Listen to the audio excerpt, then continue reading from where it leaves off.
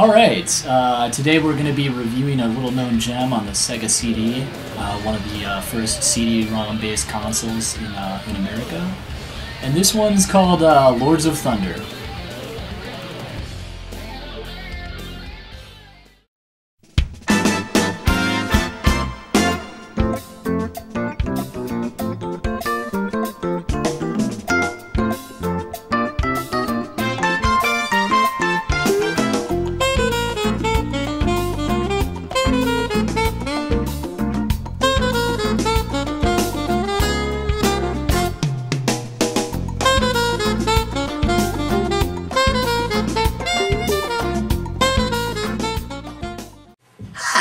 And welcome to another edition of Power Up.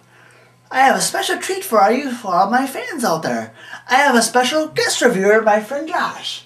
And today's game we're going to review is, Josh, if you could. Okay, well this is Lords of Thunder from the Sega CD format, and I just can't speak highly enough about this CD. Well, let's take a look, shall we? So as you can see straight off the bat, the soundtrack of this game is just phenomenal. I just don't even know how to describe it. It reminds me of the soundtrack of something that Van Halen would have produced in like, what, the late 80s or early 90s? Maybe even Guns N' Roses. But let's just kind of take a little second to just really soak up the power ballads here that is just saturated throughout this game. I can't speak highly enough about the soundtrack for this game. It's actually part of the fun of playing it.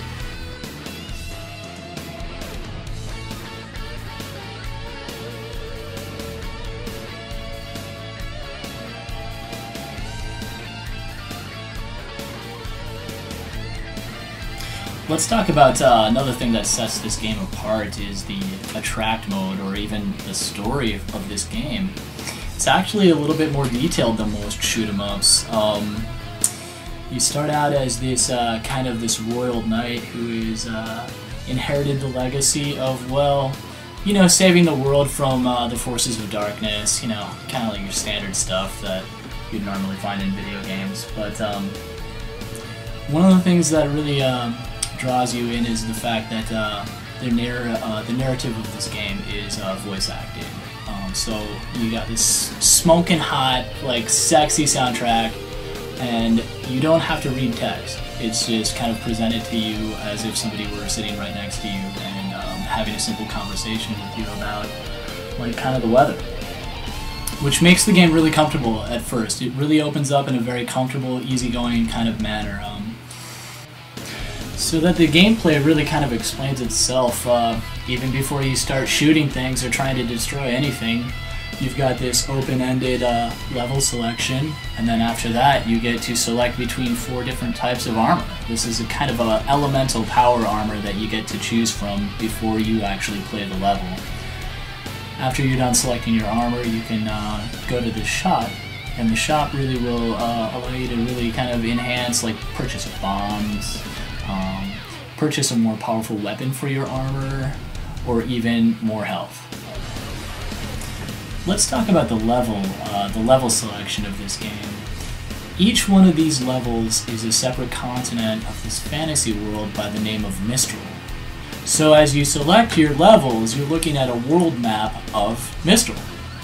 And as you go into each one of these continents, what I noticed at first was there's a lot less parallax than I was expecting. But that's okay because, again, the fantasy element is really very engaging in each one of these separate continents. And the boss battles the bosses just take up like at least half of the screen. And so the boss battles can be really very satisfying. And that's one of the things that you'll notice about this game as you play it over and over again. It's just the replay value of this game is through the roof. You just feel good about yourself annihilating everything on the screen. As you play the game, you become more powerful, and as you do so, you can kind of like cash, health, power-ups for your armor so that your weapon stays in top shape. And another thing that I really kind of enjoy about the game is that you don't die immediately if you get hit. You can take multiple hits, and as you do so, your armor takes damage, and it affects the strength of your gun as a consequence. But that just makes the game really very fun because it's more dependent on skill rather than luck or chance. So it's like I said, I can't really speak highly enough about this game. If I really say any more, I'll kind of spoil it. There's an intermission after you've completed all 6 of these levels. This intermission kind of comes into play and sets you up for the final boss battle, which is, of course, amazing. Let's just take a few seconds to kind of watch the game play through and to kind of give you an idea about what's really going on here. Thanks.